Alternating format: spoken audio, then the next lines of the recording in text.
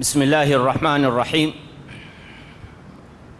الحمد لله والصلاة والسلام على سيدنا رسول الله وعلى آله وصحبه ومن والاه.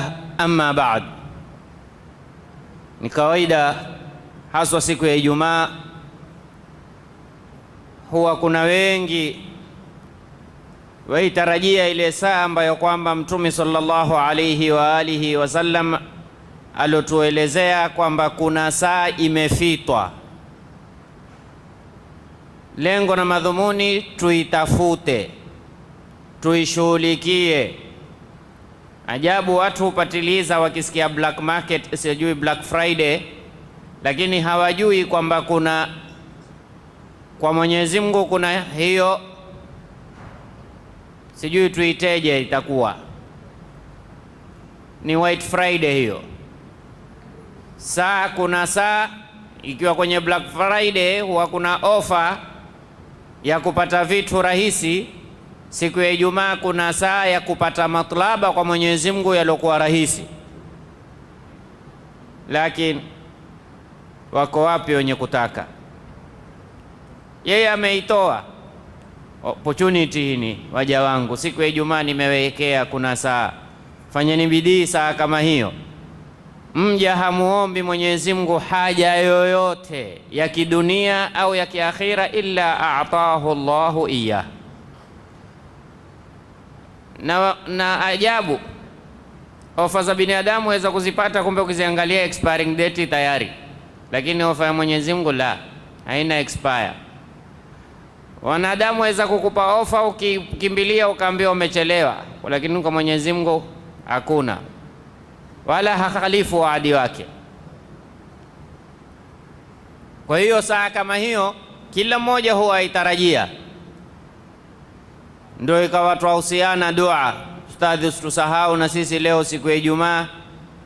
Na ndugu yetu amepelekwa India, hapa alionekana ana tatizo la sukari, wakamkata kidole miskini. Wenda India akakutwa tatizo si kile kidole, ana usaha ndani ya mguu. Sasa ima afanywe operation, ikiwezekana kutolewa usaha fabiha wa ni'am, isipowezekana itabidi akatwe mguu, sababu tatizo si kidole, tatizo ni mguu ndani umefanya usaha.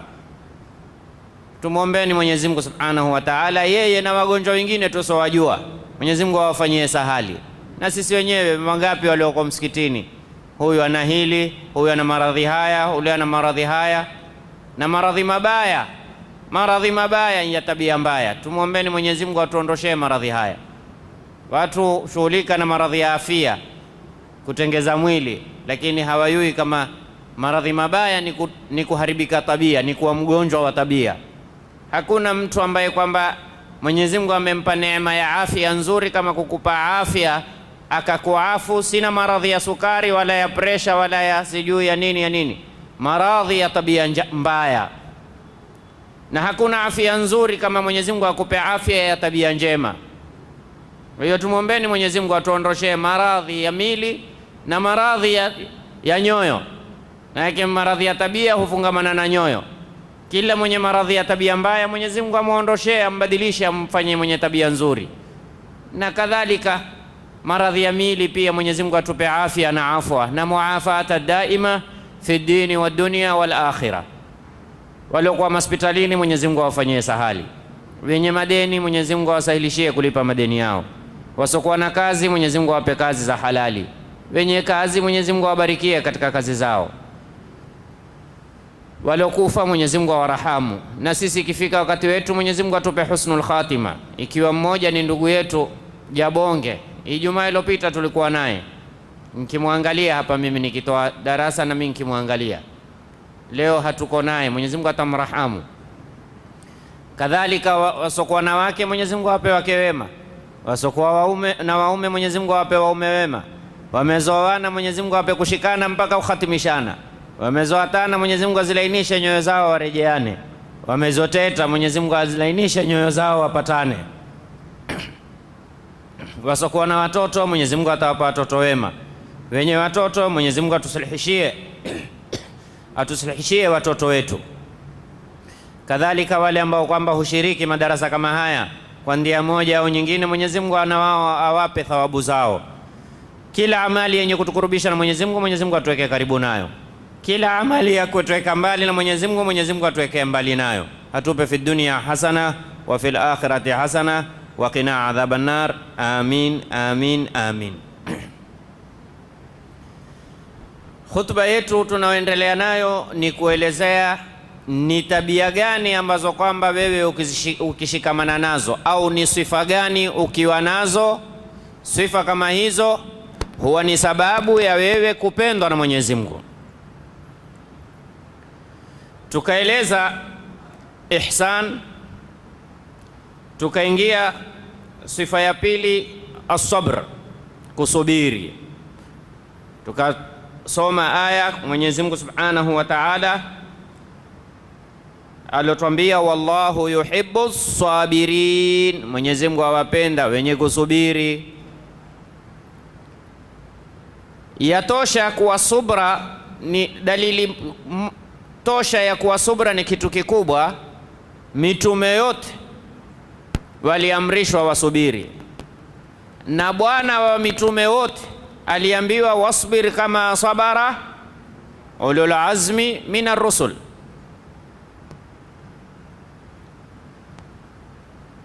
Na yeye Mtume sallallahu alayhi wa alihi wasallam kutaka kuonesha kwamba siku zote ukiwa na matatizo, kumbuka kwamba kuna mwenzako aliwahi kufikwa na hayo na akasubiri. Si maana ya kuwa waliotangulia waliudhiwa zaidi ya Mtume, la hasha, hakuna alopata mitihani kama Mtume Muhammad sallallahu alaihi wasallam.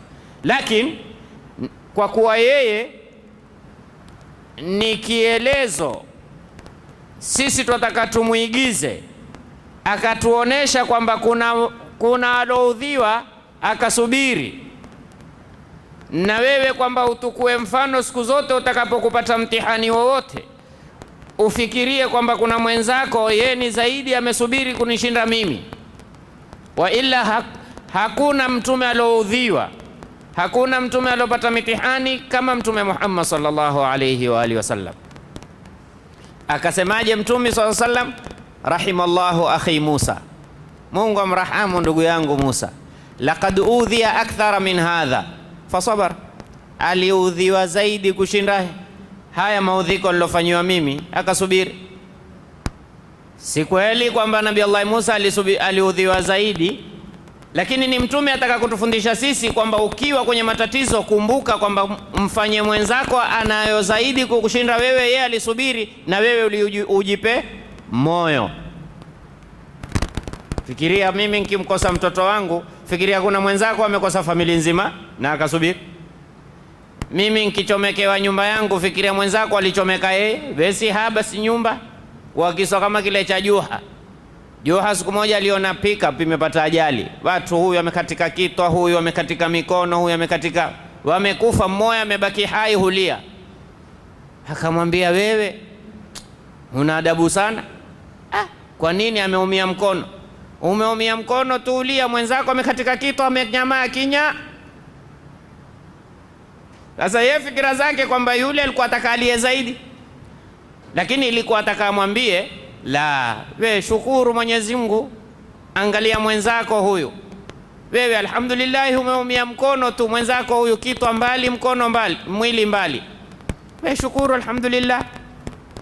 Lakini kwa kuwa yeye Juha akaona huyu amekatika kitwa na hali, wewe mkono tuulia. Shahid ni kuwa hakuna mtihani utakaokufikia ila wallahi kuna mwenzako ni zaidi yako wewe. Ni kutaka tu kuamini kwamba alhamdulillah, mimi angalau si ni kidole, mimi angalau si mguu, mimi angalau si kadhaa, lakini kuna wenzetu ni zaidi ya haya aliyotufikia sisi. Ndio yule mmoja alomwambia mwenzake, akamwambia rafiki yangu, tulikuwa wapi sisi Mwenyezi Mungu alipogawanya neema kama hizi? Angalia watu na magari makubwa makubwa na wenye madogo, sisi hata baskili hatuna. Wengine wana majumba, wengine wana makazi, wengine wamemiliki hizi na hizi. Tulikuwa wapi siku hiyo Mungu akigawanya neema kama hizi? Akamwambia twende nikakuonesha. Mwenzake alikuwa ni mtu haangalia aliyokuwa juu, yuangalia aliyokuwa chini, akamshukuru Mwenyezi Mungu. Mwenzake akamchukua twende, kafikisha mpaka hospitali. Kifika hospitali akamwambia, tulikuwa wapi siku ya Mwenyezi Mungu alogawanya mitihani hii? Wale wamevunjika miguu, wale wamevunjika mikono, wale hawana. Hao wenye majumba, kuna chumba chao hapa chaitwa ICU. Hao wenye magari na uonao wana ufalume na nini, wana chumba chao pia huku private VIP wamewekewa ICU. Hata akili hawana, senti hutoka wao wenyewe haziwafai. Familia yao umekuwa huomba Mungu, si kwamba kumpenda, kuangalia zile senti kila siku, cheki yaza, cheki yaza, cheki yaza, senti henda tenge, na mgonjwa humoni na nufaa yoyote. Wengine pengine katika hao familia, ya Rabbi, mawili, ima ende ima mtowe pale, manake hapa ketiki senti tu. Aliokuwa hai halipi senti kama zile kwenye hoteli. Subhanallah. Namwambia, sisi tulikuwa wapi Mungu akigawanya mitihani kama hii? Taka tushukuru, alhamdulillah. Kwa hiyo siku zote, na ndio Mtume SAW sallam akatwambia, la tandhuru ila man huwa a'la minkum, musitazame aliokuwa juu yako, aliokushinda wewe, tazama wewe uliomshinda. Kwa sababu unapotazama aliokushinda, fajadirun an tazdari ni'mat Allah, ni hakika utaidharau neema ya Mwenyezi Mungu. Lakini ukiangalia aliokuwa chini, siku zote utashukuru. Na tuliwahi kutoa kisa hapa, tukasema bwana mmoja siku ya Idi amemaliza kuswali Idi, hajui yale wapi, hajui yale nini, miskini. Na watu hali zao tabani. Wewe upanga sherehe, kuna watu hupanga kutafuta kula, na wewe upanga sherehe na jirani zako hutafuta kula. Kama tutateza harusi siku 5, mara hii watu taka Mombasa waseme kwamba fulani kina fulani nao wameteza harusi. Mtume sallallahu alaihi wasallam atuambia, wallahi la yuminu man bata shab'ana wa jaruhu ila jambihi jai'a. Hasiwa hakuteza harusi, yeye tu amekula akashiba, jirani yake unandaa, huyo hana imani, hana imani. Hakuteza harusi huyo, hakufanya sherehe yoyote, hana birthday, hana sijui mwahitaji hizo anniversary, sijui hana nyingine nzipi hizo sherehe hizo sherehe. Yeye tu amekula akashiba akapiga mivi, do kuku leo tamu. Wajaruhu ila jambihi jai'a, jirani yake miskini anandaa, hawezi kumjulia vipi, yeye khalas ameshashiba, afio Mungu amrahamu. Ono ndo Uislamu umeutoa wa? Hakuna Uislamu ono afio Mungu amrahamu. Wewe shiba, alopata apatao jinjae, akosayo jingae. Hakuna hiyo. Yani alopata ni mjanja, alokosa ni mjinga. Hakuna katika Uislamu. Uislamu ni wewe utunge haki ya jirani. Sasa Mtume SAW huyu bwana siku ya Idi miskini, akatokea mtu akampa embe. Ule bwana akasema, salala, Idi yote hii hanipata keki, hunipa embe? Mitihani gani hii? Ni mwanadamu, hata Idi hupewi sambusa na donasi, hupewa embe. Kalitukua ile embe akaenda nalo nyumbani, ndio imemshika, kalikata, amekula dirishani pale, akimaliza maganda akayatupa. Kuyatupa ile maganda, kuna mtu akapita akanena, alhamdulillah, Mungu hamtupi mja wake, ngalao Idi yeo hakunikosesha, meniruzuku ganda la embe.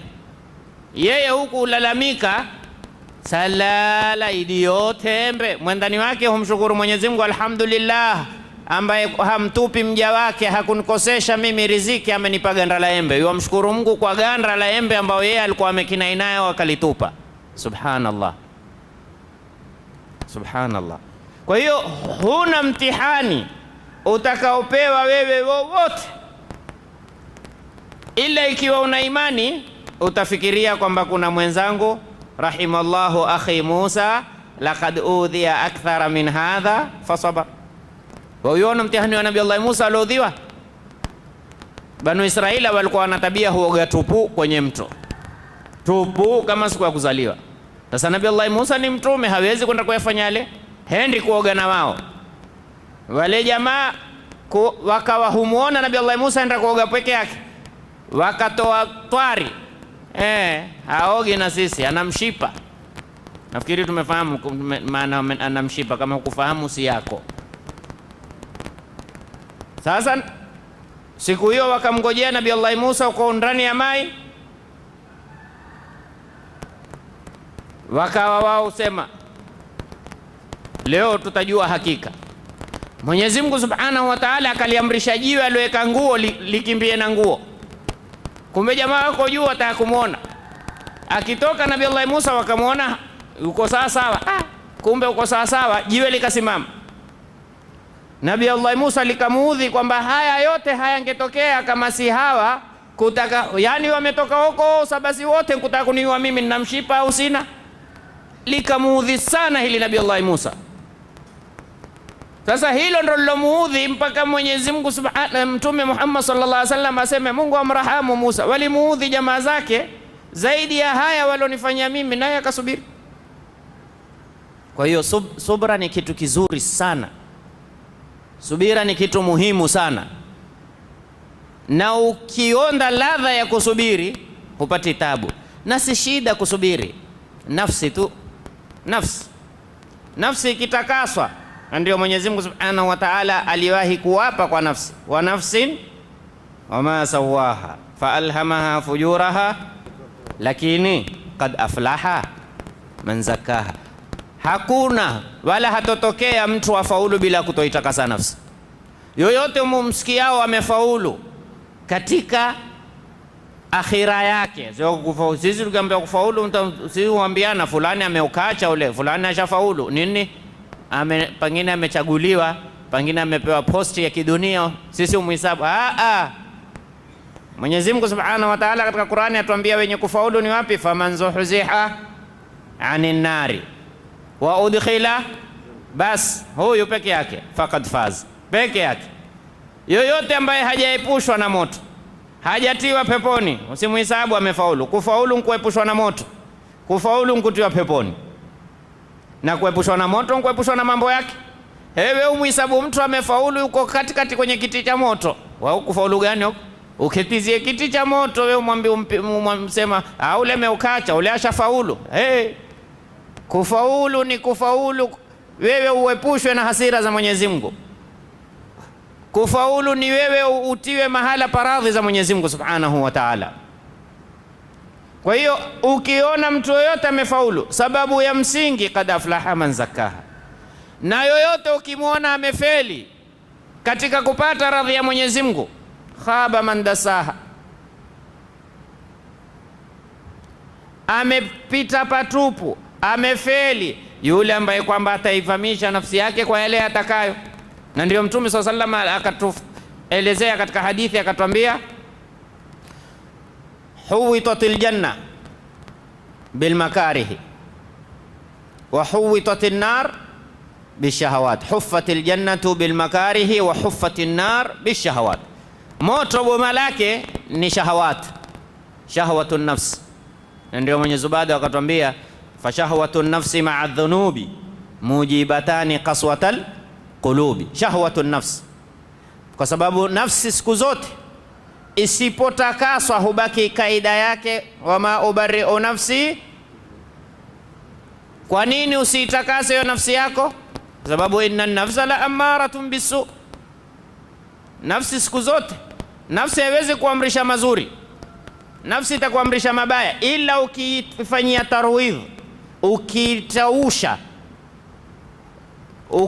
ukaifanyia inqiyadi, ukaipeleka kwa namna atakavyo Mwenyezi Mungu Subhanahu wa Ta'ala, ile nafsi kisha hupanda daraja, ikafika ile nafsi ina daraja.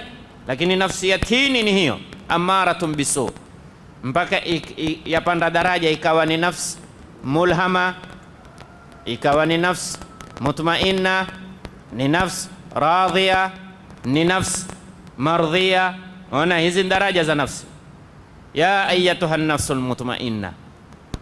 Umeona kwa nini ikaitwa nafsul mutmainna? Imeshakuwa imetulia, katika maamrisho, imetulia katika makatazo, kuyakubali kwamba kila nilokatazwa si zuri kwangu mimi, ndio ikhutubiwe ya ayatuha nafsul mutmainna. Hali hiyo ilofika sasa, irji'i ila rabbika, rudi kwa Mola wako. Ya Rabbi, irudi vipi? Radhiya, yenyewe imeridhia kurudi kwa Mola tu, yeye imeridhia. Wa mardhiya, radhiyatan mardhiya, nayo imeridhiwa.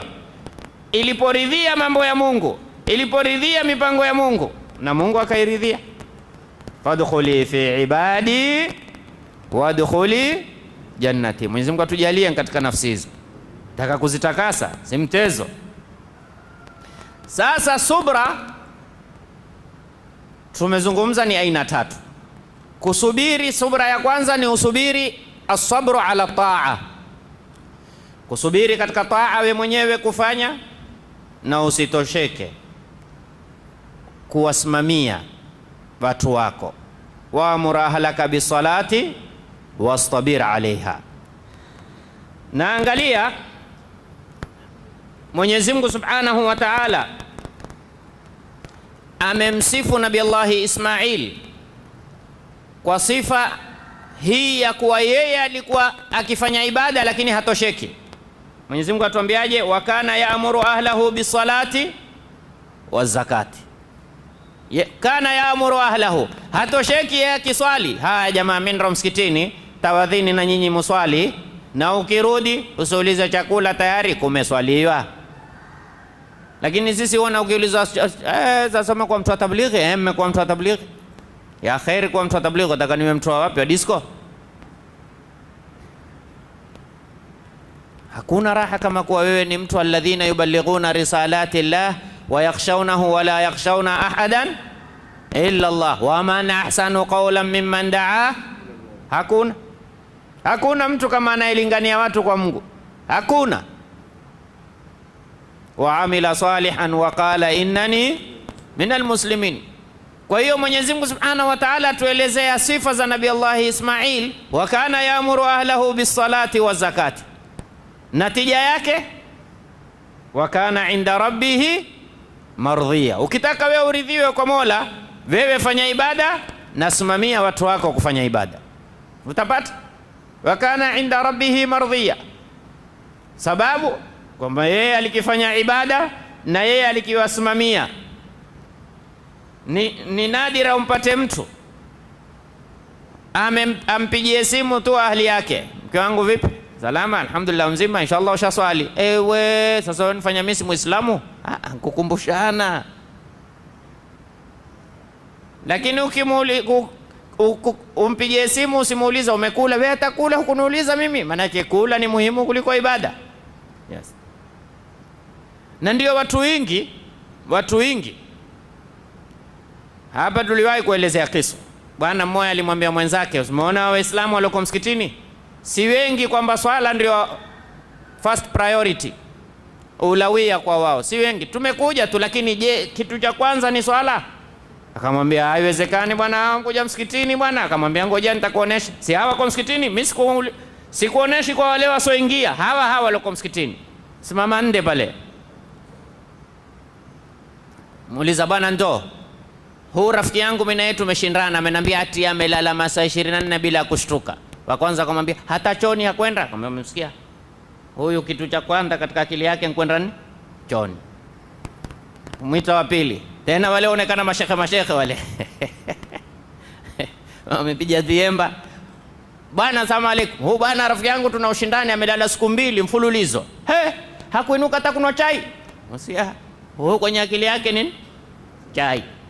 Basi akawauliza, huyu chai, huyu sijui kukojoa, huyu sijui hakushtuka hata kwenda kupiga mswaki huyu. Yani kila mmoja hutaja jambo lakini hawataji swala. Mpaka wa 10 ndio akamwambia hata swala kuinuka. Kama umeona 10 kwa wangapi? Ilikuwa yatakiwa sote tukila ulizao, bwana huyu amelala masaa 24 hata swala kuinuka. Na wewe umekisikia hichi kiswa, lakini kama ulikuwa ukisikia ungeulizwa pia ingekuwa mtihani. Swala Angalia Mtume sallallahu alaihi wasallam yuwafa na huko asemaje, as-sala wa ma malakat aimanukum, swala na wanawake. Ona, swala na wanawake manake nyinyi shikani swala na wanawake wakumbusheni mno swala. Hasa sasa Disemba, siku za harusi, wanawake tatoka kuya kupamba toka Kisauni huko, uyao kupamba siyo ni adhuhuri, tatoka kule saa 5 fike huku saa 7 kwambia kuna jamu, akimaliza harusi saa 11 mpaka afikapo Kisauni magharibi, adhuhuri na alasiri imekula kwake, si kwangu. Hafikirii kuna swala. Harusi na matanga, ukimwona mwanamke huswali siku ya harusi na huswali siku ya matanga, basi hoyo mwambie kuinulia mikono kuombe dua, mke mwema mno. Wanawake husahau kuswali siku ya harusi, na sisi wanaume pia, sisi pia wanaume fanya ameshughulika mno, lile la kuzika ni muhimu kuliko yeye kuswali. Wewe kumzika mwendo, wewe mwenyewe hufanya ibada. Sasa wanawake huona kule kuingia jikoni ndo muhimu bwana, hata kwenda kuswali mwanzo angalia hili bwana, watu watakula nini mwanzo, watu watewa swali kula baada ya swala. Kwanza kumekuwa kuna matatizo yenyewe ni kwamba tumeweka ada kufi wako na watu enda kula. Hii kinyume cha sunna. Wataka kulipofiliwa watu wawapekee chakula. Mtume swalla sallam alisemaje? Isna'u li ali Ja'fara at-ta'ama fa innahum ashghalahum ma yushghiluhum, wapikieni na wao chakula, wao wameshughulika na kifo, watu wamefiwa na huku fikiria fulani fanya mpango wa mchele, kuna watu watakuja kuzika, wae wende hoteli. Mmekuwa kuzika, mmekuwa kutuzika na sisi tulikuwa hai. Hii si sunna, hii kinyume na sunna, lakini watu wote wamekuwa ufanya na hakuna piga mayowe. Hii si sunna. Sunna ni walofiliwa watu ende Aswani hoteli pale, ambaye bwana yeo tunataka mandi yako yote tuipekee huko. Hawa ndio wamefanya sunna. Au ukitoka wewe toka na teka wenga lao pakiti 3 4 ende nazo kule, wewe henda tena ukauliza vipi huko upikwa, la haula wala quwwata illa billah. Kwa hiyo wanawake kwenye kuswali, kwenye harusi na kwenye matanga sana jamani, ni tuwakumbushe swala. Sasa haitakiwi wewe utosheke kuwa wewe waswali, bali uangalie na vijana zako. Haitakiwi mtu achoke kabisa katika jambo kama hilo. Sinene nimechoka. La. Mmoja siku moja uliza, ustadh fulani haswali hukumu yake nini? Mwambie mshike mkono kaenda msikitini ende naye. Hukumu yake kumfanya haswali. Sasa haswali utakaomfanya nini?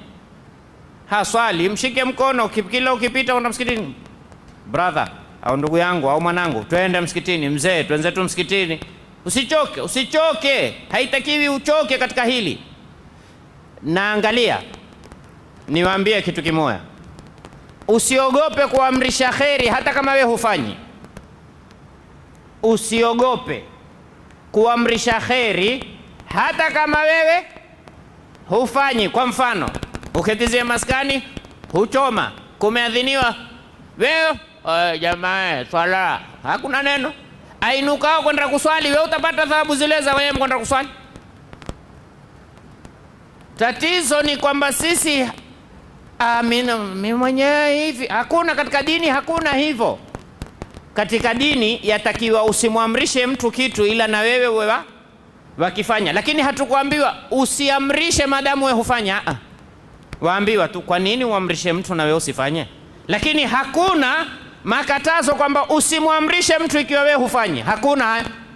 Iliyoko ni kwamba lima takuluna, kwa nini wewe uamrishe watu na wewe usifanye? Lakini haukuambiwa usiamrishe. Kuna tofauti ya kuwa usiamrishe ikiwa wewe hutofanya. Samahani nikiwekeza kidole simlekezi mtu, ni mkuzungumza tu. Lakini utaona mtu saa nyingine yeye baba haswali, amrisha wanao uzuri, nenda na wao. Waambiwa siku zote kiongozi mzuri sio ule ambiwa raia fanyeni kadhaa, ni ile waoneshao. akipita hasemi mbona kuchafu, ni ule na uchafu, yeye akashuka akafanya nini, akautukua. Huyu ndo kiongozi mzuri.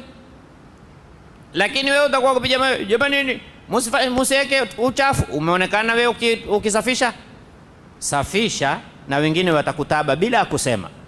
Tengeza na wengine watakutaba bila kusema, lakini ukisema tu utatiwa mwenyewe. Sasa tusichoke, ndio maana wastabir alaiha, tusichoke. Kadhalika tufuze nalo mpaka ufe katika hali kama hiyo. Kama niliyotoa kisa tuliotangulia, mzee ilikuwa kazi yake akifuatana na watoto wake, wambia si basi wamekuwa watu wazima sasa waate wende, wambia la, Mwenyezi Mungu hakusema waamur ahlaka bisalati basi, asema wastabir alaiha, subiria katika hilo siku zote. Wewe kazi yako ndio wewe kazi yako mpaka ukutane na Mola wako. Waabudu rabbaka hatta yatiyakal yaqin, ufuze katika ibada mpaka mauti ya kujie na wewe uko kwenye ibada.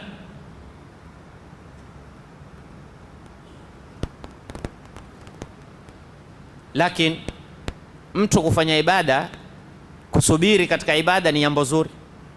Manake kila mmoja ufurahi akisifiwa, fulani mashallah uswali sana, fulani mashallah usoma sana, fulani mashallah utoa sana darasa, fulani mashallah humtaja sana Mwenyezi Mungu, mkosi na tasbihi mkononi, fulani mashallah huya mapema msikitini. Nafsi hufurahia. Hili la pili sasa, hili la pili, manake hii ibilisi pia aweza kukutezea ukawa wewe waswali, lakini lengo sio kama alilonena Mwenyezi Mungu, aqimi salata lidhikri, fanya kwa ajili yangu, swali kwa ajili yangu, si kwa ajili ya watu wakuseme. Na tofauti ya kuwa wewe wafanya kwa ajili ya Mwenyezi Mungu, huja pale wakati watu wakiwa wasema yule hufanya nkujionesha, wewe mwenyewe wajua, una haja kuwabainishia. Au pale unapoambiwa fulani hafanyi, ule fulani sijamuona kutoa sadaka, wewe mwenyewe wajijua. Ndio mimi kaulizeni msikiti fulani, kaulizeni madarasa fulani, muulizeni ustadhi fulani, ulizeni mayatima fulani. Sasa wewe wafanyia watu, mfanyia Mungu. Fanya kwa ajili yangu mimi, yani kwa ikhlas. Wama umiru illa liyabudu llaha mukhlisina, mimi nafanya, sina haja ya kusifiwa. Yani kwako wewe sifa na kutukanwa ni sawa sawa. Huwezi kumpenda mtu kwa ajili amekusifu kwamba ustadhi wewe darasa lako zuri, ule rafiki yangu mashallah unisifu. Ule anayekusifu na ule anayesema ustadhi maneno gani aliyasema, kwako wewe sawa sawa, kwa sababu wewe husemi kwa ajili ya wao, wasema kwa ajili ya nani? Allah. Wewe hujengi kwa ajili ya wao, wajenga kwa ajili ya nani? Allah. Wewe hutoi kwa ajili ya wao, watoa kwa ajili ya nani? Allah. Basi madamu kwa ajili ya Allah, hujali akusifio, hajijengei nafasi, na kutoka nao hajipokonyei nafasi katika moyo wako, sababu wewe mtazamo wako ni yeye Allah subhanahu wa ta'ala.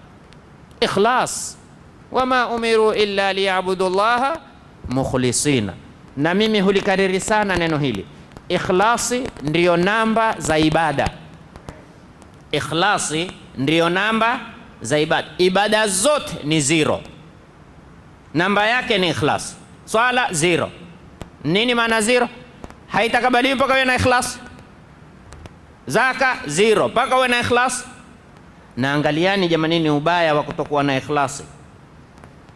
Mtume sallallahu alayhi wa alihi wasallam, sikiza makini, hii ni hadithi, atuambia thalathatun tusajjaru bihimun nar. Yasikitisha sana, watu watatu tusajjaru, husumbwa. Wewe kusumbwa, kusumbwa ni kuwasha, yani ule moto huwashiwa wao. Bila shaka unkisema namna hii, nikiuliza hapa watu gani? Ibilisi. Wa pili nani?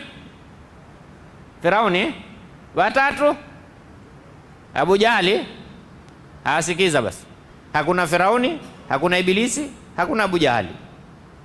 Sisi tu ya miskitini. Sikiza kwa makini. Mtume sallallahu alayhi wasallam asema thalathatun tusajjaru bihimun nar, watu watatu ndo wao watawashiwa ule moto. Mtu wa kwanza, Mtume swalla sallam asema, rajulun atahu Allahu alqur'ana, ni mtu Mungu alimpa Qur'ani, fahuwa yatluhu ana al-layli wa atrafa an-nahar.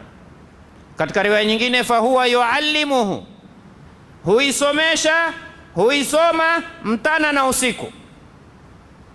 Mtu amepewa Qur'ani, kazi yake kusomesha Qur'ani mtana na usiku, miskini halali, hakuna kamwe walimu hao. Lakini tujalie mtana usomesha, usiku usomesha. Siku hizi hata ukataka wao wenye kwenda kusoma Qur'ani, wewe nenda katika madrasa zisomeshwa Qur'ani uangalie, utapata watoto zaidi ya 50. Nenda kusomeshwa kwa mengine, mtaiwa nyinyi wenyewe mingine hii hapa. Nasallallahu salama wa afya. Kwa nini sasa huyu mtu kazi yake usomesha Qur'ani ana al-layli wa atrafa an-nahari, mtana na usiku, kisha awe ndio wa kwanza kuingia motoni?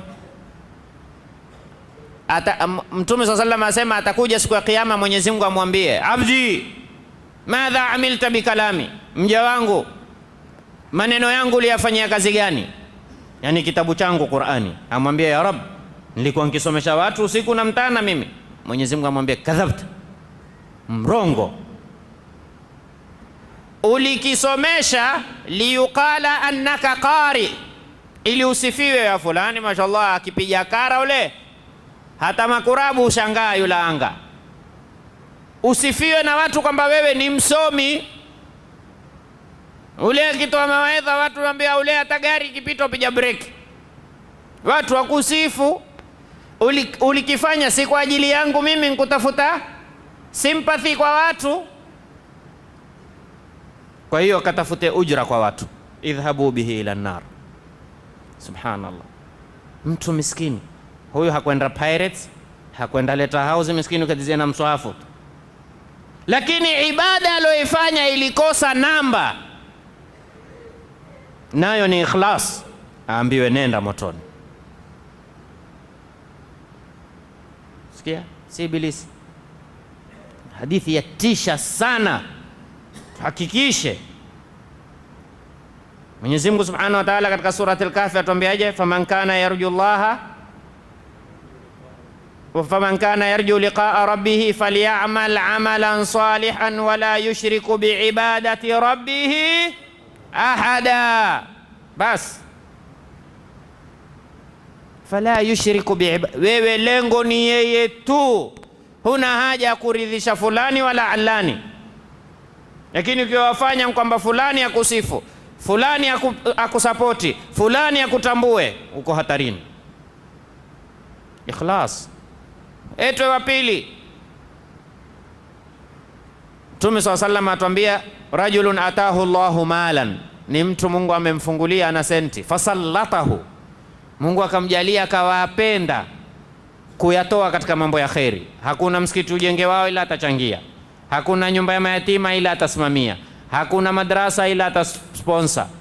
Kila jambo la kheri yeye uko tayari mfanya. Ana misikiti kadhaa, ana madrasa kadhaa, ana majumba ya mayatima kadhaa. Mwenyezi Mungu Subhanahu wa Ta'ala amsimamishe. Sote tutasimamishwa jamanini. Wa kullun atihi yawmal qiyamati farda, kila mmoja individual, kila mmoja atasimama mbele ya Mwenyezi Mungu. Ma minkum illa wa sayukallimuhu rabbuhu laysa bainahu wa bainahu turjumani. Mtume sallallahu alayhi wasallam asema hakuna katika nyinyi ila kila mmoja atazungumza na Mola wake, hakuna kufasiriana. Na mimi sijui lugha ya Mungu, utajulishwa siku hiyo, utajua ni lugha gani. Utasimama mbele ya Mwenyezi Mungu Subhanahu wa Ta'ala. Vipi hali yetu tutakaposimama hapa? Na huwezi kumficha kitu, na huwezi kumdanganya, huwezi kumwelezea sivyo. Sijione sasa utasimama mbele ya bosi umwambie hivi, umwambie hivi, umwambie hivi. La takhfa minkum khafia. Hakuna kitu kinachofitika. Hii screen ni angalia, clear ya kuonesha kila kitu waziwazi. Tena ni wewe mwenyewe waijielezea. Jumamosi nilikuwa mimi kila Jumamosi sitoke mahala fulani. Nikitoka nyumbani saa kadhaa nikimpitia fulani, mwanzo nikimpromote ilikuwa yeye hawezi kununua, nikimnunulia mimi, tukimaliza tukimaliza kula enda kutafuta akhir kimlipia mimi, tasoma mwenye. Sallallahu salamatu wal afia. Mwenyewe, hakuna utakaye kusomewa, hakuna mimi sikusoma, siku hiyo utasoma. Hakuna atakaye kuzaliwa hayui kusoma, ni hapa duniani huko kila mmoja ataikuwa ayua. Iqra kitabaka kafa bi nafsika alyawma alayka hasiba, jihesabu mwenyewe. Unakuhesabiwa wewe mwenyewe, jihesabu. Subhanallah, siku ngumu hii, siku mzito, siku ambayo kwamba subhanallah. Mwenyezi Mungu atufanyie hafifu. Ukitaka iwe hafifu, jihisabie kuanzia hapa, jifanyie mwenyewe hisabu. Hasibu kabla tuhasabu, tujihisabu kabla tujahisabiwa. Letwe huyu kwa tajiri huyo, amwambie abdi, mali nilokupa umeyafanyia kazi gani? Amwambie ya Rabb, alikuwa hakuna atakaye kwenda India, mimi humpeleka. Kuna msikiti ukitaka maesi, msikiti ukilia tu wenye msikiti joto, mimi huatilia maesi. Msikiti watakazo, msikiti wataka maspika, msikiti wataka maimamu, msikiti mimi kwenye mambo ya khairi yote yako ya Rabbi nikiyasimamia. Mwenyezi Mungu amwambie kadhabta, mrongo. Innama fa'alta liyuqala laka annaka jawad, ulifanya uambiwe fulani haogopi kutoa. Ulikifurahia leo uambiwe hilo. Lile la kwa wewe wasifiwa uambiwa huogopi kutoa, ndio lilokufanya wewe utoe, sifiwe na watu. Subhanallah, huna neno la kumwambia ya Rabbi, si hivyo wallahi, nikifanya kwa ajili yako wewe utamsita Mungu. Khalas, ukisha kuambiwa namna hiyo ya dhihiri, kwa sababu binadamu hawezi kuelewa ndani ya nafsi yako, lakini Mwenyezi Mungu yaalamu sirra wa akhfa. Na ndio haifai kisharia umwambie mtu akifanya jambo, umwambie wewe lengo lako, nia yako kadhaa, utakuwa umeingilia kazi ya Mungu, kwa sababu kazi ya kujua nia ni nani? Allah. Waweza kumwambia mtu bwana umekosea, lakini huwezi kumwambia umekusudia kufanya makosa. Umejuaje nia yake? Umejua wewe nia yake? Na sisi huona shirki ni mtu kwenda makaburini tu, hii kuingilia kazi ya Mungu. Ajua nia nani, kazi ya nani? Sasa wewe umekuwa Mungu, wewe umwambia mimi najua wewe nia yako mbaya wewe. Sasa wewe umejuaje nia yangu? Ajua nia ni Mwenyezi Mungu, wewe umewezaje ukaijua nia yangu? Haifai. Waweza kumwambia mtu kwamba wewe umekosea, lakini makusudio yako, lengo lako, nia yako, hii haifai. Hebu atie kazi yake Mwenyezi Mungu Subhanahu wa Ta'ala. Mwenyezi Mungu amwambie idhhabu bihi ila an-nar, mpekeni motoni. Hai, mtu wa tatu ni mtu ameuawa kwenye jihadi baina ya Waislamu na makafiri. Jihadi ya baina ya Waislamu na makafiri. Yule ambaye alosema Mtume sallallahu alayhi wasallam, man qatala litakuna kalimatullahi hiya al-ulya fahuwa fi sabilillah. Amepigana na watu ambao kwamba wao wameitolea wazi kuupiga Uislamu vita wazi. Sio masala ya kuupiga vita vya kifikra. Sema hao makorofi wametuletea madishi, ulilazimishwa ununue. Hawa makorofi wametuletea internet, uliletewa nyumbani kwako kwa pingu na ziboko, umeitia mwenyewe ukaenda kulipa na senti, kisha wao makorofi wawendo mkorofi. Hawa huwafai kuwapiga vita, yani kuwapiga jihad. La, yule ambaye kwamba wewe atakwenda msikitini hakuna ruhusa, mboko, hawapigana naye. Lakini la, yeye ameleta vitu kutupumbaza, watu wasende kuswali, watu wasende kufanya ibada, watu wasiketi misikitini, wameeta mipira siku hizi. Swala ya jamaa uswaliwa watu huko funga yeye. Walilazimishwa wale, wamefungiwa mlango kwa nde, wao wenyewe hakutoka, wamethamini mipira wakata swala ya jamaa. Allahu akbar, hayya ala swala, ndoni kwenye swala, hayya ala alfala, ndoni mufaulu. Ya Rabbi, hapa sisi mukifa hapa watarajiani fulani mashallah alikufa kwenye mechi ya Manchester na fulani. Sifa hiyo. Watu ufa misikitini, wewe ufa kwenye theater. theater za kuangalia mipira, nasallallahu salamata wal afia, yalla biha yalla biha yalla bi husnil.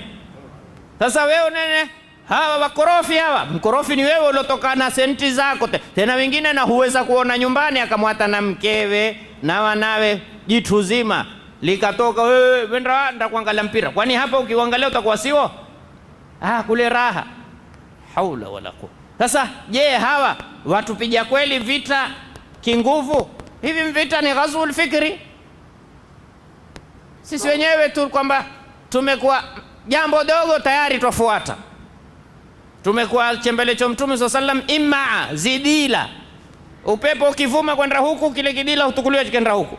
Kidila ni kile takataka za mahindi yale baada ya kuliwa, zile wazepesi. Upepo ukivuma huku tafuata kwenda huku, ukirudi huku tafuata ende huku. Ndio sisi tuete walo hulipokea sisi mwanzo.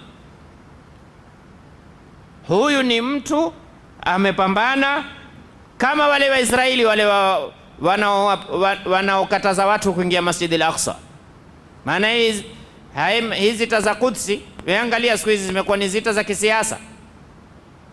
Siku hizi hakuna tena Qudsi. Siku hizi utasikia Gaza. Mpigani wa Gaza haipigani tena Qudsi, imeshasahuliwa Qudsi. Weangalia hizi zita za kisiasa, wewe angalia, ilikuwa Qudsi. Sasa Gaza. Sasa Gaza Qudsi, si shida yetu mwanzo ni Qudsi ni Gaza. Quds ndo kibla cha tatu. Wale wanaokataza nenda pambana nao, fanya ndia yoyote upambane nao, lakini mtu hakukatazi. Watakwenda kuswali itikafu usiku mzima msikitini, nenda pambana na mwenye msikiti tu akukubalie, sio kwa wewe utakwenda kuzizoa saa za msikitini badala kwenda kufanya itikafu. Lakini alhamdulillah, haswa kama sisi Kenya, neema tunayo. Tangaza wewe Uislamu utakavyo, ukatazi. Nene mtakwenda, kuna jihadi gani hapa? Kuna mtu wewe umewahi kumtongoza ukamwambia ndugu yangu samahani, salamu alaykum, unajua Uislamu? Wewe huona hata wewe kuitwa Muislamu, kaambia wewe huyu bwana ndo shekhe letu. Bwana mimi ndo naanza kushika Uislamu bwana, usiniite shekhe. Alhamdulillah, neema kubwa. Sasa huyu alokufa, Mtume SAW asema ataletwa, aambiwa abdi, dini yangu umeitumikia kiasi gani? Amwambia ya Rabbi, nimeitumikia mpaka mmekufa kwenye jihadi. Akamwambia mrongo. Mrongo hii amekufa kwenye jihadi? Ulikwenda kupigana watu waseme liuqala annaka shujaa, watu waseme yule bwana haogopi kufa, mwanamume. Hakupigana litakuna kalimatullahi hiyal ulia. Unaona?